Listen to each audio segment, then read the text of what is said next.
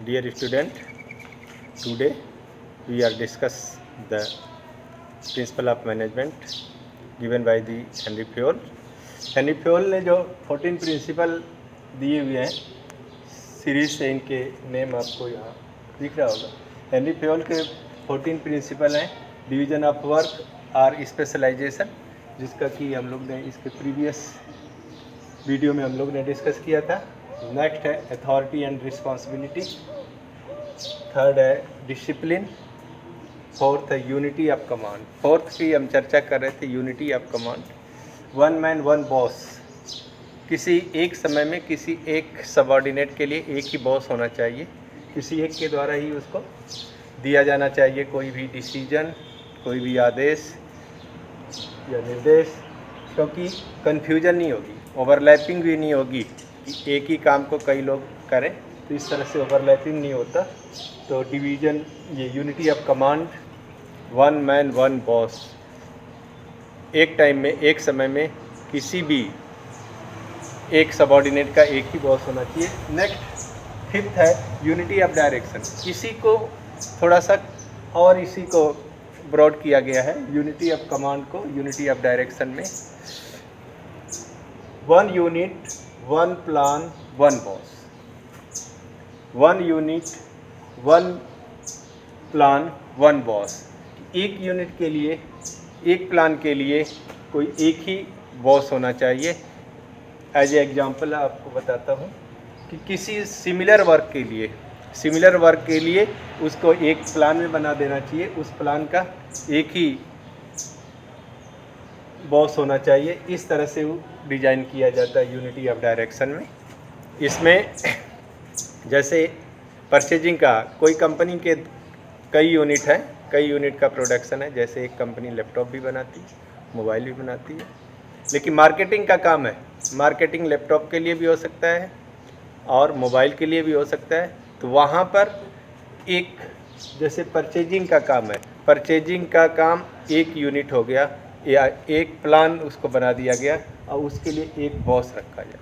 अलग अलग एक में मिक्स करेंगे प्लान को, कई प्लान एक साथ करेंगे तो कन्फ्यूजन क्रिएट होगा, वहाँ पर प्रॉब्लम क्रिएट होगी। तो ये है यूनिटी ऑफ डायरेक्शन, कहता है one unit one plan one boss. Next है subrogation of the individual interest to general interest. Individual interest क्या है? इंडिविजुअल इंटरेस्ट को पहले समझते हैं, फिर जनरल इंटरेस्ट को समझेंगे, फिर सबरोगेशन। तीन वर्ड हैं यहाँ पर, तीन वर्ड होता है। इंडिविजुअल इंटरेस्ट किसी का व्यक्तिगत अपना भला हो, व्यक्तिगत हित हो। जैसे एक व्यक्ति किसी फर्म में काम करता है, क्यों काम करता है? काम में उसको सैलरी मिलेगी, उसको वेतन दिया जाएगा, वो उसका व्यक्तिगत इंटरेस्ट है, उसका ये इंडिविजुअल इंटरेस्ट है। वो अपने व्यक्तिगत लाभ के लिए कहीं वर्क कर रहा है तो वो उसका इंडिविजुअल इंटरेस्ट है। तो ये है इंडिविजुअल। जनरल इंटरेस्ट क्या है? जनरल इंटरेस्ट एक ब्रॉड कॉन्सेप्ट है, एक बड़े वे में सोचा जाता है। जैसे एक कंपनी अपने ब्रांड को बहुत मशहूर करना चाहती है, क्यों? क्योंकि उसका एक कॉन्सेप्ट है कि हमें इसको ग्लोबल बनाना है, अपने मार्केट में अपने प्रोडक्ट को ग्लोबल बनाना है। ये उसका हो गया जनरल इंटरेस्ट, ये हो गया जनरल इंटरेस्ट। तो जनरल इंटरेस्ट एक बड़ा कॉन्सेप्ट है कि किसी को एज ए ग्लोबल बनाना है, अपनी गुडविल बनाना है, मार्केट में रेपुटेशन बनाना है, वो जनरल इंटरेस्ट है। सबऑर्डिनेशन वर्ड हम यूज करते हैं किसी सुपीरियर के नीचे काम करने के लिए। सबऑर्डिनेट मीन्स उसका सहायक कर्मचारी या अधिकारी, किसी सीनियर का सबऑर्डिनेट। तो सबऑर्डिनेशन मीन्स छोटा।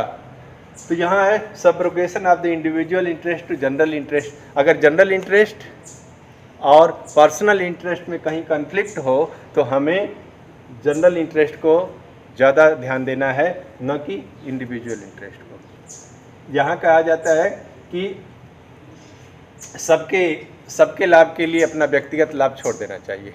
कहीं पर भी अगर ये लगता है कि यहाँ व्यक्ति का सभी का लाभ हो रहा है और किसी काम को करने से व्यक्तिगत लाभ हो रहा है, तो जहाँ पर सबका लाभ होए वही करना चाहिए।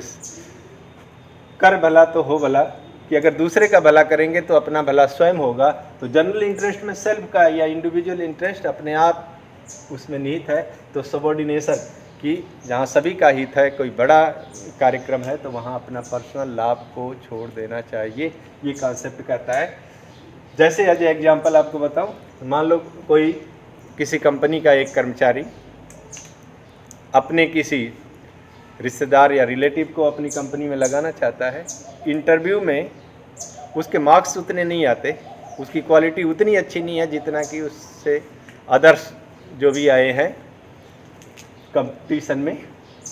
तो वहाँ पर क्या है कि लेकिन फिर भी वो चाहता है कि मेरा कैंडिडेट ही या मेरा रिलेटिव ही रखा जाए। उसके लिए वो प्रेशराइज करता है कंपनी, या कहीं कहता है कि मैं नौकरी छोड़ दूंगा अगर मेरे किसी रिलेटिव को ना रखा गया।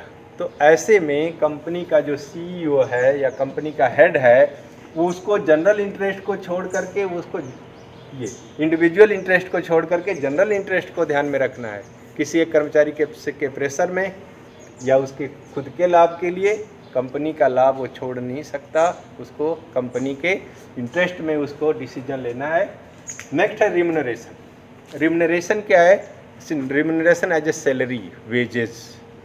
ये सूटेबल होना चाहिए कि ये एक सूटेबल रिम्यूनरेशन होना चाहिए। जो भी सबॉर्डिनेट है, जो भी पर्सनल्स हैं, किसी कंपनी में वर्क करते हैं तो उनको एक रिम्यूनरेशन दिया जाता है एज ए पारिश्रमिक रिम्यूनरेशन। उनका कितना, एक फेयर रिम्यूनरेशन होना चाहिए। व्यक्ति को उसके वर्क के अकॉर्डिंग उसकी पेमेंट होना चाहिए। वर्क के अकॉर्डिंग पेमेंट, न कि कभी जो कंपनी का एम्प्लॉयर है, एम्प्लॉयर को ये न लगे कि मैं ज़्यादा पेमेंट दे रहा हूँ अपने एम्प्लॉय को ये न लगे कि मुझे अपने वर्क का सूटेबल पेमेंट नहीं मिल पा रहा है। तो ये दोनों के अंडरस्टैंडिंग की बात है, एम्प्लॉयर और एम्प्लॉई, कि उनका रिम्यूनरेशन क्या हो। उनका रिम्यूनरेशन सूटेबल होना चाहिए according to situation of the company, according to the post. इसके इनका रिम्यूनरेशन सूटेबल होना चाहिए। नेक्स्ट है सेंट्रलाइजेशन। दो वर्ड आते हैं, सेंट्रलाइजेशन एंड डिसेंट्रलाइजेशन। सेंट्रलाइजेशन क्या होता है? सारे डिसीजन, सारे गाइडलाइंस एक सेंटर पॉइंट से अगर फ्लो होते हैं तो उसको बोला जाता है सेंट्रलाइजेशन। एक व्यक्ति सारे डिसीजन ले, सारे राइट्स उसी के पास हैं, तो ये होगा सेंट्रलाइजेशन। और इसी का अपोजिट होता है डिसेंट्रलाइजेशन, जिसमें डिस्ट्रीब्यूट कर दिया जाता है, डेलीगेट कर दिया जाता है। अपने अथॉरिटी को, राइट को डेलीगेट कर दिया जाता है सबॉर्डिनेट के अंदर, तो इसको बोलते हैं डिसेंट्रलाइजेशन। तो centralization, decentralization according to the their nature and their capacity of the company, ये सेंट्रलाइजेशन और डिसेंट्रलाइजेशन के डिसीजन लिए जाते हैं। निर्णय कंपनी में सेंट्रलाइजेशन किया जाए या कंपनी को डिसेंट्रलाइजेशन किया जाए। कंपनी की साइज क्या है, कंपनी में कितने वर्कर काम है, एक सुपीरियर कितने लोगों को डील कर सकता है, उसकी डीलिंग पावर क्या है, इन सभी बातों को लेकर के डिसीजन किया जाता है। एक व्यक्ति है, उसके अंदर 10 सबॉर्डिनेट वर्क कर सकते हैं।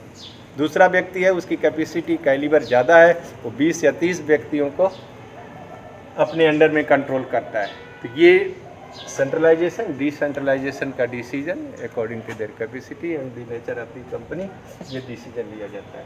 अब नेक्स्ट वीडियो में नेक्स्ट टॉपिक अपने करेंगे।